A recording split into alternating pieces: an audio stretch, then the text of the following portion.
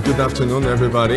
I think the state of the freight market can be best described by the time allocated to the freight session. I remember back in good times, 2006, 2007, the freight session would be normally 10, 11 o'clock in the morning. So I think it's pretty dismal at the first sight. But we are here to make a point that despite the market not being so excited, we can make it quite interesting, and hopefully we'll drive across the point that if one pays attention, you can actually become a more competitive buyer or trader if you play the freight right. Which brings me to myself and my associates. We are based in Singapore. Seamind, I work for Seamind, is the company that I co-founded 15 years ago. We are freight consultants, analysts, brokers.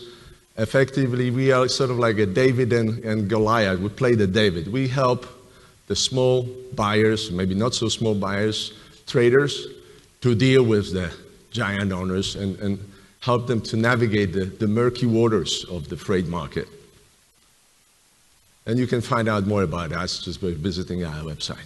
So let's talk about these drivers, the bunkers, the hires, where they're at right now and what's going to drive. And we're going to involve our experts in a sec. And by the way, because we've got only 45 minutes, I encourage you to stop me and ask me questions if you don't understand or if you'd like to comment or it really makes sense to pay attention to this, right? If you're a freight buyer, you have to speak to people like us or whoever else. In the U.S., there is still a law that's been introduced by Congress back in 1973 during the oil crisis that in an effort to secure U.S. oil supplies, actually U.S. companies have very serious restrictions on exporting oil.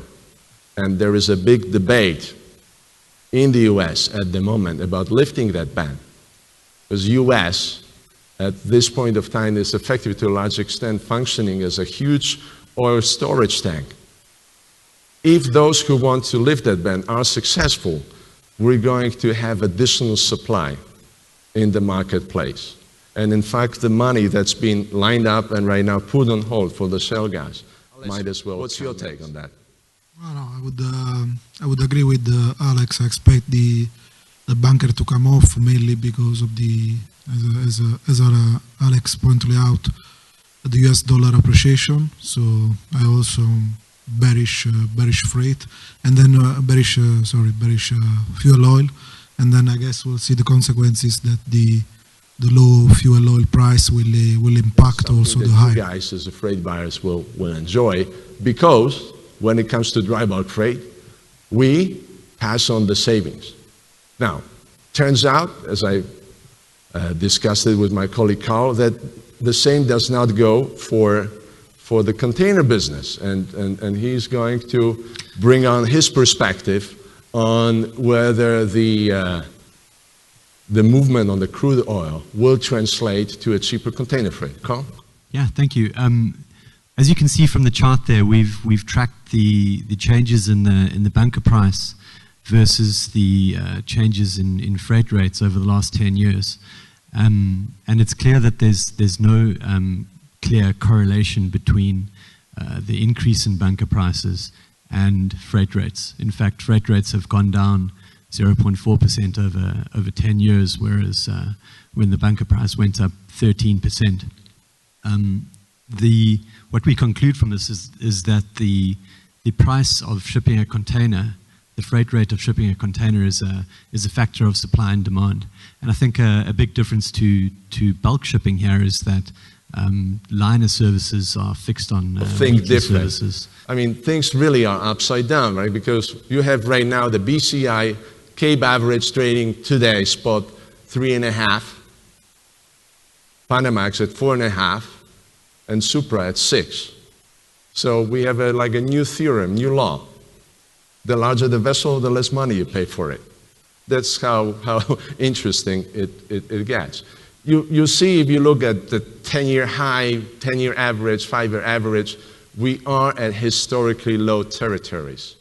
And as the fleet grows is How many ships are going to go to the graveyard, right? You can see the gentleman who is involved in that business. This is from Bangladesh. And you see that, in fact, as the market recovered in 2013, well, there's been roughly 33–35% drop in the scrapping rates, and the same was the case year-on-year basis, 2014 to 2013. An invitation for anyone who wants to start a new business is you have an organized shipbuilding industry and you have an absolutely unorganized demolition industry. So, even if you have, you can beach vessels in Bangladesh or India, the actual capacity, to my knowledge, is unknown. How many ships can you actually, you know how many ships you can build within 1 year, but you don't know, to my knowledge, how many ships you can actually tear apart in 1 year. That's right. And it, of course, it's a dirty industry, so no one wants it. And that's, I think that puts a strain on how much ships you can actually phase out of the... That actually drives the freight, the demand, right? So we need to look at the fleet growth, and then we contrast it with the demand.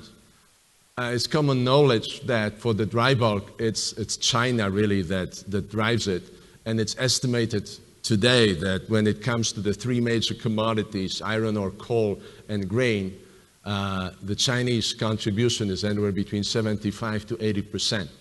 Okay, so all eyes on China. China continues to grow. We're doing okay. China contracts or even slows down. We're not in a great shape. Well, this is the story of the Chinese growth. I mean, by any Western standards, these are fantastic growth rates. But for the dry bulk industry, if you have a slowdown, sort of like from 10% to 7-ish, it's not so fantastic. So that's the bad news.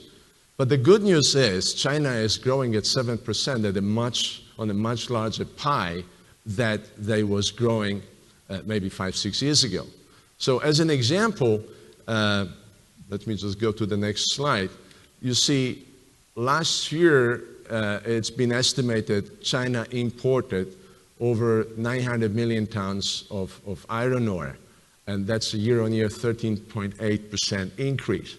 So right now, if it's going to grow on a 900 million tons pie, that's in absolute numbers, the 7% on if you translate it into industrial growth, 7% on a much larger pie is almost comparable in terms of volumes to 10–11% on the 500 million tons a few years back.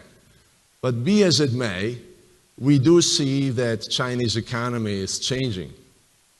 It's not an overnight change, but we see that industrial growth slowly is going to be replaced by a consumer-driven growth, and that's going to have a significant implication on our business. Reasonably abnormal relationships between the front hauls and back hauls. And these are really very, very significant changes, which, despite the fact that the market is very low, create tremendous opportunities for grain buyers to actually exploit it to their advantage, right? So, Supramax front haul and back haul, effectively there is no more front haul and back haul because they're trading at par.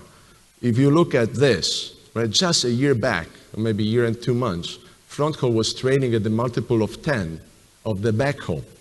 Right now, they're almost at par, just 1.5. This is pretty significant. And if any of you would like to obtain a market information or get a better understanding, please contact us or visit our website to take it to the next level. I think we're out of... Ladies and gentlemen, thank you. When you have somebody with a passion for a subject, he carries on talking for a long time, but I think you got value for money today. Thank you very much indeed. Thank you, panelists.